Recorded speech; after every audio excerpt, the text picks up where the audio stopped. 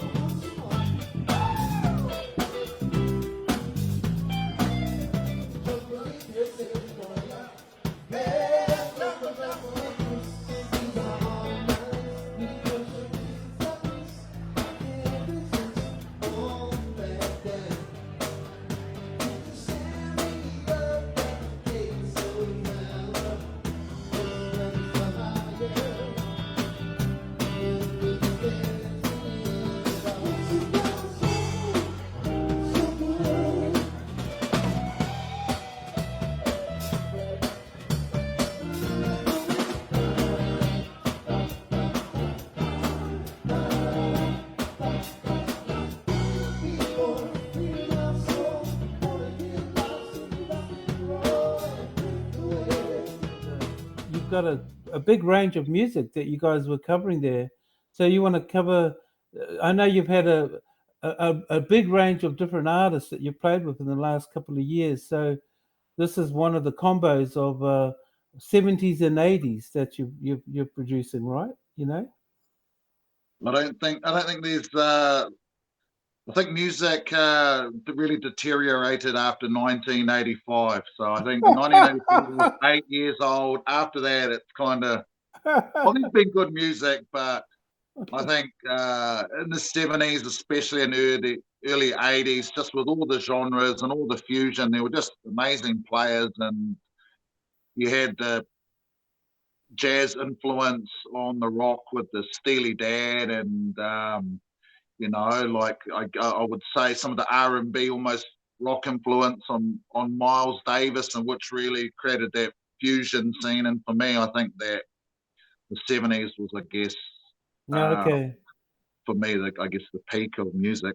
Yeah, and for the audience that is getting this live stream out to YouTube and Instagram, they probably haven't had the benefit of getting to know who you are and where you're from and how you evolved into the music. Would you like to give us a bit of a story about yourself, where you're from, and how you Yeah, got involved? certainly. My name's Brendon Daniel, born in Te Kuiti, New Zealand. I got my first guitar as a 3-year-old. My dad cut it out of a I didn't know what it was. It was a fender strap, Oh, plywood cut out, and I had a bit of rope, a hole in each end, and I used to carry it everywhere with me. And so I've always been into music. I had a professional rugby background when I was younger, and through that we had some rugby bands. We weren't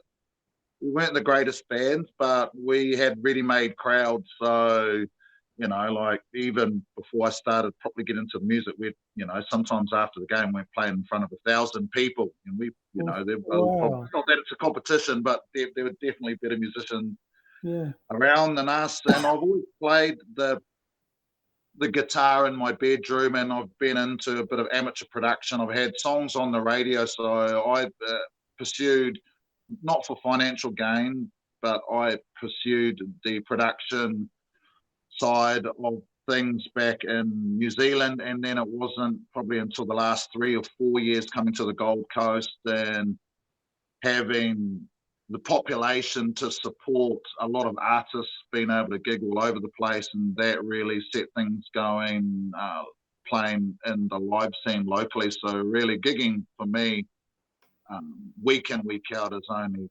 occurred over the last 3 years. And Yeah. I'm 46 soon, so it's never too late.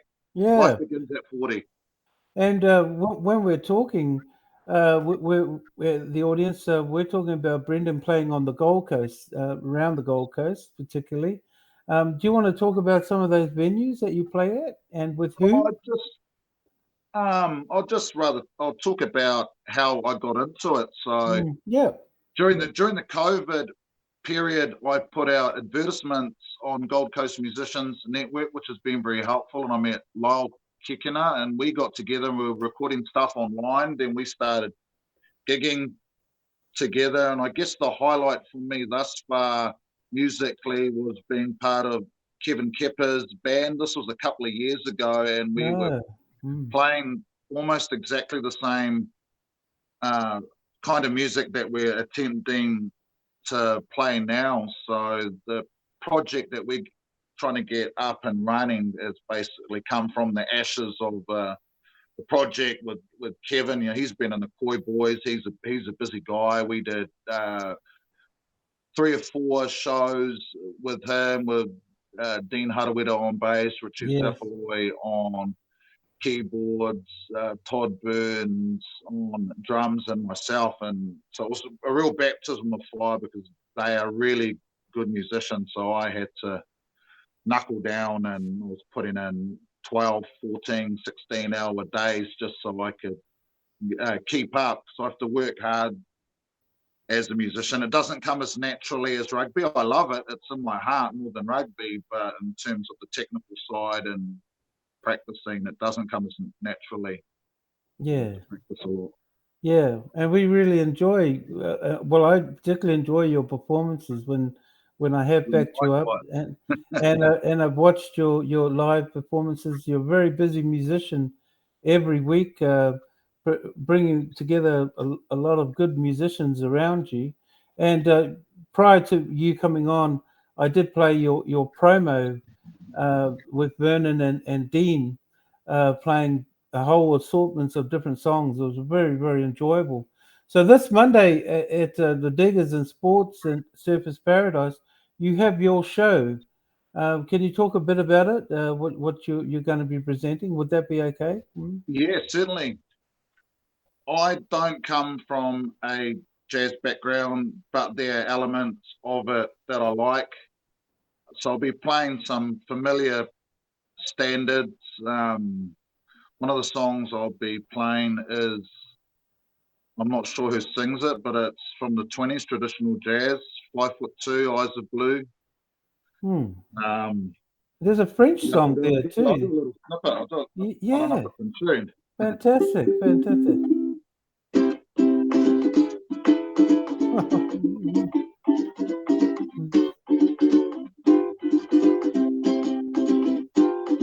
Five foot 2, eyes of blue. But what those 5 can do, has anybody seen my girl? So that we'll be doing that. Oh, more, mate. Oh, that was great. On Monday, I think I was about to make a mistake then because I don't play the ukulele often, so I thought I'll make it look as though I consciously stopped, but I think I was going into a wrong chord then, so I better practice that. When you sent your summary of songs, I think was there a French French song in there? No. No. Yep, there is. Oh, There's a French okay. song. When I was playing rugby professionally, I lived in London, but I spent a lot of time in Paris, and I actually spent 1 year playing professional rugby in the top 14 in the south of France. So I thought that I would share some of the French music that I enjoyed. And they, as you probably know, Frazer have a big jazz influence in France. They love jazz, they love Absolutely. blues, Yeah. and so a lot Yeah. of their music has that inflection. So I thought I would share some of that on the day. Yeah, and so much so, I'll just cover a little snippet like Miles Davis, a whole lot of Afro American artists went over there because they were accepted first in Europe Yeah, they before love. they were first accepted in Europe before they were in America. You know what I mean? They were Yeah, just that's yeah. how This is true. you know. But hey, you got your guitar out, so let's get into that music. You know. um. So, So I'm hey, doing the can I traditional. ask you what's the name of that song and why did you choose that French song? You know. The, the name of the song is by a famous French guy called Joe Dassin, and the song is Champs Elysees because that basically the party place in Paris where you go. It's all the when the French win anything, that's where they go and walk down the street and Champs celebrate. When Elysees things are going wrong in France, that's where they go and and protest. protest. Yeah, near there is Arc de Triomphe, and then around there is the crazy roundabout with about 10 different exits. I never drove on that roundabout, Yeah, and I never wanted to. yeah. So, But yeah, so everything goes on. I'll see if I yeah. can do it.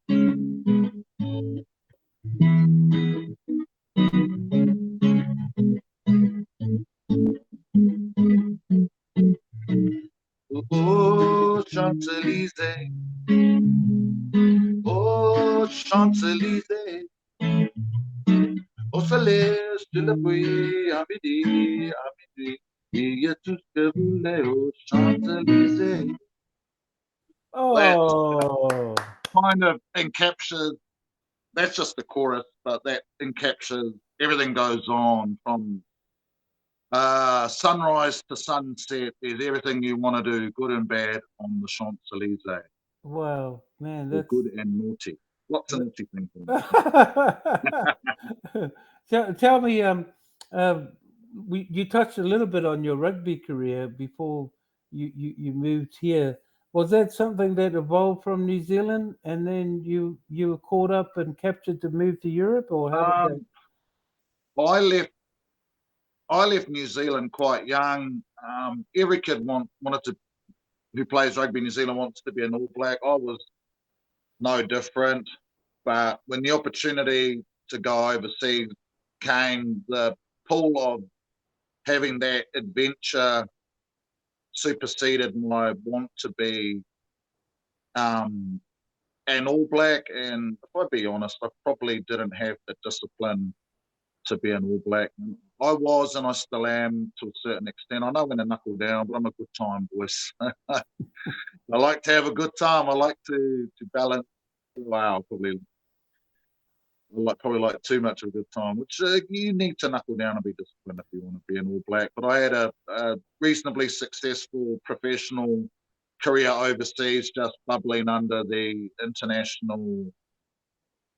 uh, international level.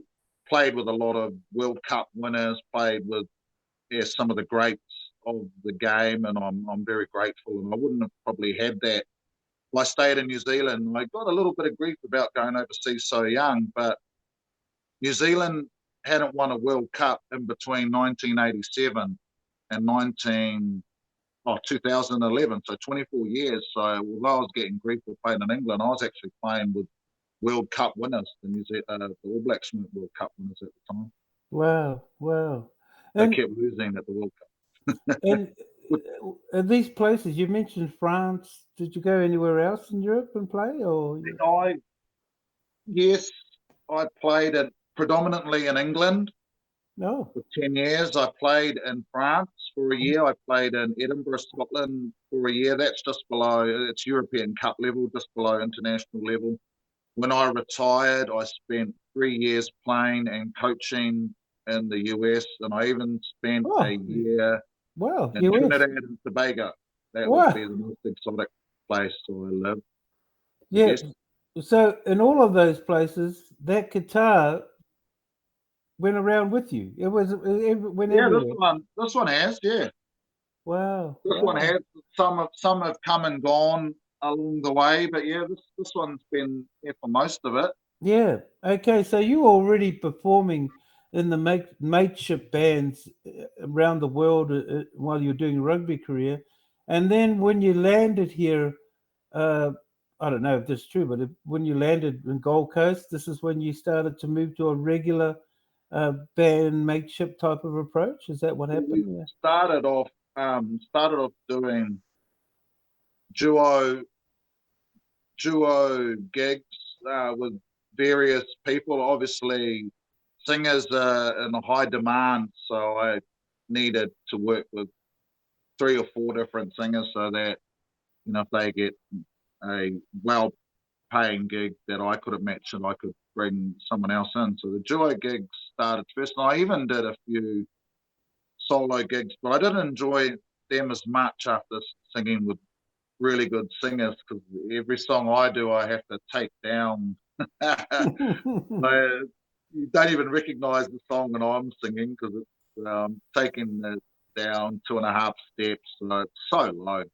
No. Um, so Well, I won't do solo gigs. I might do on a very special occasion. Well, what am I talking about? I'm doing a solo gig on Monday. What am you I talking sure are. about? You But sure are. I pick songs that are within my range, and I'll only be up on stage probably for 45, 15 minutes and not doing anything.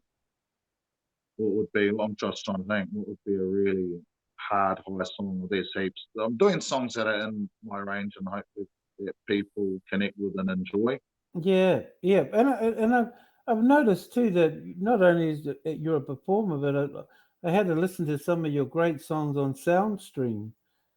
You know that you did some originals in your Yeah. production there, and they were fantastic. They were great. You know, so that's something that you ran parallel with performing. You're doing your own production, correct? Is that right? Less so now. Before, that's the guess the downside of gigging is that I am less creative. I know more songs now than I've ever known, but if I try and write original, it's so hard. It's like, oh, my mind says, oh, it's like I'm copying. That sounds like such and such a song. That sounds like, so it's really hard Mm. just to say, you know what, that came from some place in my mind, and I wasn't intentionally trying to copy anything else. But when you know a lot of music and you're trying to make your own and you're doing covers for me at the moment, it is difficult. Yeah, maybe I suggest you start writing them all in 12-bar blues. I'm trying to think if I ever written a 12-bar blues. Oh, well, why not? Yeah, that'll be a good thing. Would love to hear what you produce. Yeah, do you, you know what? I'm listening to some of your musics, particularly you're playing a whole consortium of Steely Dan, some really modern. It's got some great feel. So, and you got some great artists like you got Dean on bass, you got Vernon on the drum, singers, all strong players. Really good combo there. Really enjoy that. Well, they say they like playing with me because, oh, man, I do take the professional attitude from rugby into music, and I've changed my mindset. As I said before, that music comes a little bit harder for me. Rugby was easy, and I didn't put the work in that I probably should. Whereas now the shoe's on the other foot, and if I want to hang with these guys, I really need to practice. So it's been good for me just to knuckle down and practice all these songs and put a lot of time into what I'm doing. Because if I don't, they're not going to want to play with me. Yeah, I'll be messing up all the time, and they've played with some really good players. And I mean, I'm never down on myself out there. Some phenomenal guitar players out there. I just know that if I work hard, then I can carry on gigging, hopefully, and get the opportunity when they present themselves to play with some good players like yourself. I've been up on stage. I haven't played the guitar with you yet, I don't think, Frazer. Or maybe once or twice. Looking forward to that side of things on Mondays, playing the guitar. I'm doing a couple of old blues standards. I'm doing Robert Cray, Right Next Door, Strong Persuader. Yeah. So I'll sing, and that's one of the very few solos that I can hopefully play without messing up. No, we're looking forward to it. Hey, I was going to say you just recently, maybe this year or last year, you went to America with the boys, and you went to this famous jazz blues bar. I can't remember the name of it, but so there's a place in Studio City, which is at the back of the Hollywood Hills, called the Baked Potato, and that's legendary session players in LA, like all the guys that played in Toto and Louis Shelton, who played there. So I went with the boys. I wasn't playing. I was entertainment coordinator, because I lived in LA as well. So that was part of my rugby travels. I lived in West LA, so I know LA pretty well. And so I went across with them as the entertainment coordinator, and we and that was Louis Sheldon, who is very, very famous. Maybe you can talk a little bit about that show, and it's just such a great place, Louis Shelton's a very humble man, and I didn't realize how well I knew his music. He played on the Monkees. I loved Daydream Believer when I was a kid. Still love the song. He played with Steely Dan on Black Cow. We played Black Cow as a trio. Played Jackson 5. Oh, Baby Give Me One More Chance. I love that. Man, I play it. See if I can play it.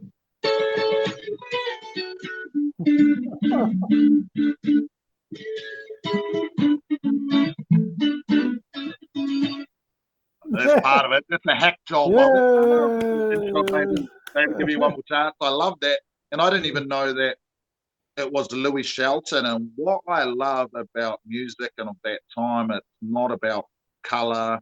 It's about whether you can play or not. And, at the time, it was a great leveler. All the, good black players hanging out with the white players, hanging out with the brown players, etc. And that was how you cut mustard, not on how you looked or how tall you were. That's the great thing about music. Doesn't matter what you look like, it's how you play or how you sing. Yeah. Wow. What a great way to end the session. And thank you for being my guest, Brendon. And we're looking forward to Monday for your show at the Diggers Club on the Surface Pros Gold Coast. So I hope everybody gets an opportunity to look for Brendon Daniels on Facebook. And if you're visiting us on Gold Coast, you're more than welcome. So thanks, Brendon. Thank you very, very much. Yeah, thanks for inviting me on to your interview, Frazer. I'll see you soon. I'll see you on Monday, if not earlier. Yep. Take care. Thank you. Bye-bye. Thank you. Bye-bye. Bye-bye.